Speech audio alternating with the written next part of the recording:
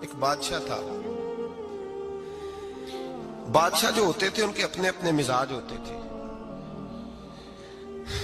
اس بادشاہ نے 4 5 6 کتے رکھے ہوئے تھے، اور کتے بڑے بڑے کتے تھے، اور بڑے وہ خونخوار کتے تھے، چیر پھاڑ کھا جاتے تھے، شیر جتنے ان کے قد تھے۔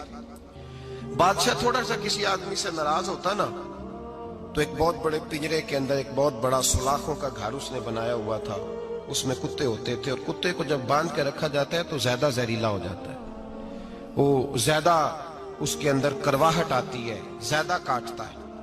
اس نے قید کیے ہوئے تھے، کتے تو بڑے زہریلے تھے۔ جس آدمی سے بادشاہ تھوڑا سا ناراض ہوتا نا تو وہ کتے کے آگے اس آدمی کو ڈالتا، کتے اس کو چیر پھاڑ کے کھا جاتے۔ یہ سزا تھی، لوگوں کو پتا تھا۔ بادشاہ کے وزیر نے بڑی خدمت کی بادشاہ کی، 35 سال تک نوکری کی، لیکن ہر سورج نے غروب تو ہونا ہی ہوتا ہے نا، ہر چاند نے ڈھلنا بھی ہوتا ہے۔ اب بوڑھا ہونے لگا، وہ جو مضبوط حافظہ تھا وہ کمزور ہونے لگا، ہلکی ہلکی غلطی۔ بادشاہ مزاج کا بادشاہ تھا، نہیں سمجھ میں آیا تو میں نے کہا کہ لوگ کہتے ہیں ہمیں کام پیارا ہے، چم نہیں، تو رشتہ وفا کا تھا ہی نہیں۔ وزیر سمجھنے لگا کہ اب نہ میں بھی غلطیاں کرنے لگا ہوں تو ایسا نہ ہو کسی دن میں بھی ان کتوں کا شکار ہو جاؤں۔ اس نے بادشاہ سے کہا کہ بادشاہ مجھے آہستہ آہستہ معذرت کرنے لگا، قدم ہٹانے لگا کہ مجھے چھٹی دے دی جائے، اب میں بوڑھا ہو گیا ہوں۔ لیکن اس نے کہا نہیں نہیں، جب تک میری طبیعت نہیں مانتی تم نہیں جا سکتے۔ مطلق العنان لوگ تھے، وزیر خاموش ہو گیا، پریشان رہنے لگا، غلطی ہو گئی ہے تو پھینک دے گا۔ ایک تجویز اس کے ذہن میں آئی، وہ جو پنجرے کتوں کے پنجرے پر محافظ بیٹھا تھا نا، جو ان کو کھانا ڈالتا تھا، روٹی ڈالتا تھا، گوشت دیتا تھا، اس کو ایک دن کہنے لگا یار تیری ڈیوٹی ہے سارا دن کتوں کو کھانا دینے کی، گوشت دینے کی، تو 2 4 دن ڈیوٹی مجھے نہیں دیتا؟ تو لے لے، میں تو پہلے پریشان ہوں، سارا دن ان کی دیکھ بھال کرتا ہوں۔ اس نے کچھ تھوڑا سا گوشت لیا، پنجرے کے باہر کھڑے ہو کے کتوں کو ڈالا، اگلے دن تھوڑی روٹیاں لے آیا، کتوں کو ڈالی، 2 4 دن، ہفتہ، مہینہ، سال بھر، جتنا اس کو موقع ملا وہ دن بھر خدمت کرتا۔ بس وقت ایک دن آ گیا، بادشاہ کو کوئی بات اچھی نہ لگی، اس نے کہا اس بڈھے کو اٹھاؤ اور ڈالو کتوں کے پنجرے میں، ساری زندگی یہاں رہا، اسے ابھی تک نہیں پتا چلا میرے مزاج کا۔ جب اٹھا کے پنجرے میں ڈالا نا تو بجائے اس کے کہ کتے اسے کاٹ کھاتے، وہ اس کے پیر چومنے لگے، وہ پیر چومنے لگے، ہاتھ چومنے لگے، چاٹنے لگے۔ تو بادشاہ اب سامنے کھڑا تھا نظارہ دیکھنے کو کہ چیر پھاڑ کرتے تو خوش ہوا کرتا تھا، خونخوار درندے جیسی اس کی طبیعت ہو گئی۔ جب دیکھا وہ پیار کر رہے ہیں تو بادشاہ وزیر سے کہنے لگا یہ کیا ہے؟ تو وزیر رو پڑا، کہنے لگا تو سیاستدان تھا تو میں بھی سیاستدان تھا، ساری زندگی سیاست کی لیکن دنیا داروں کے ساتھ رہا، تو انجام یہ ہوا کہ مجھے اس پنجرے میں ڈال دیا گیا۔ دیکھ تو بہت بڑا سیانہ تھا اور میں بھی سمجھدار تھا، وزیر رہا، لیکن ہمارا روح کا رشتہ نہ بن سکا۔ ارے ہم سے تو یہ کتے ہی اچھے نکلے، تیری 40 35 سال خدمت کی تو تو نے کتوں کے آگے ڈال دیا، انہیں تو چند مہینے روٹی ڈالی ہے، میرے وفادار ہو گئے۔ چند مہینے روٹی، جنہ تنا وچ عشق نہ رچیا کتے او نہ تھی چنگے، جنہ تنا وچ عشق نہ رچیا کتے او نہ تھی چنگے، مالک دے کر راکھی کر دے سابر بھکھے ننگے۔ اور بابا بلے شاہ صاحب فرماتے ہیں تو راتی جاگے تے شیخ صدا میں، راتی جاگ دے کتے تے تیتھوں اتے مالک دا در مول نہ چھڑ دے، پاویں مارو 100 جتے تے تیتھوں اتے رکھا سکھا کھا، دنے جار رکھاں وچ ستے، تیتھوں اتے ایک برکی دا قدر پچھانن، پاویں مالک ہون ستے۔ ایک برکی دا اوپر کھڑے ہو کے کام نہیں کرانا پڑتا کہ میں کھڑا رہوں گا تو کام صحیح ہوگا، جاؤں گا تو نہ، ایک برکی دا قدر پچھانن، پاویں مالک ہون ستے۔ پھر اپنے آپ کو مخاطب کیا، کہنے لگے اٹھ بلیا، چل یار منا لے نہیں تے بازی لے گئے۔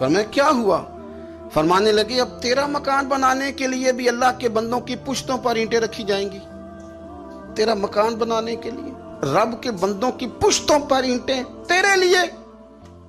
حضرت ابو درداء نے گردن جھکا لی. فرمایا یار جہاں تو ہے نا تو بالکل ہی ٹھیک کہتا ہے. کیوں؟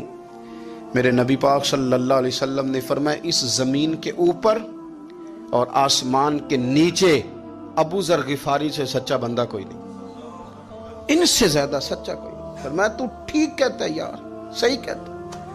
حضرت ابو موسیٰ اشعری رضی اللہ تعالیٰ عنہ کو گورنر بنا دیا گیا عراق کا. اب حضرت ابو موسیٰ اشعری صحابہ میں ایک بڑے جلیل القدر صحابی ہیں, اور ان کی عظمتیں, رفعتیں, بلندیاں کیا کہنا, بڑی گہری دوستی تھی. لیکن جب وہ گورنر بن گئے نا تو آپ نے فرمایا بس بھئی اب تو نے عہدہ لے لیا ہے, یہ بندے کو ٹھیک نہیں رہنے دیتی چیزیں, اب تو عہدے میں چلا گیا ہے. بڑی مدت کے بعد ملاقات ہوئی حضرت ابو موسیٰ اشعری کے ساتھ. وہ دوڑ کے آئے حضرت ابو ذر غفاری کے گلے ملنے, میرا بھائی میرا بھائی. فرمایا پیچھے ہٹ جا, میں نہیں تیرا بھائی, تو گورنر ہے, میں غریب آدمی ہوں, اپنا کام کر. پھر دوڑ کے آئے. فرمایا ابو ذر تو میرا بھائی ہے یار, اکٹھے پڑھتے تھے حضور. فرمایا نہیں, جا تو نہیں میرا. پھر آئے. جانتے تھے نا یہ سچا بندہ ہے, یہ سچا بندہ ہے, یہ تقریروں والا نہیں, صرف وعظوں والا نہیں, اس کے اندر بھی بڑی سچائیاں ہیں. قریب آئے, آ کے کہا یار تو میرا بھائی ہے, میرے سینے لاگ. فرمانے لگے تو تیسری بار آیا ہے, مومن ہے, میں منہ نہیں موڑ سکتا, پر پہلے مجھے بتا گورنر بننے کے بعد تو نے مکان کتنے بنائے, باغ کتنے لگائے, چکیاں کتنی لگائیں, کتنے تو نے چیزیں بنائی ہیں, پہلے بتا. تو حضرت ابو موسیٰ اشعری نے ان کا ہاتھ پکڑا, رونے لگے. کہنے لگے جس محبوب سے تو نے تربیت لی ہے میں بھی انہی کا نوکر ہوں, جن کپڑوں میں میں عراق گیا تھا میرے ہاتھ بھی وہی ہیں. یار کیا بات کرتا ہے تو, میرے وہی ہیں. مجھے بتا اگر یہ عہدے خدمت کے ہم نہیں لیں گے تو پھر کیا ظالموں کو دیں گے, غیروں کو دیں گے؟ نہ کر, کچھ نہیں بنایا.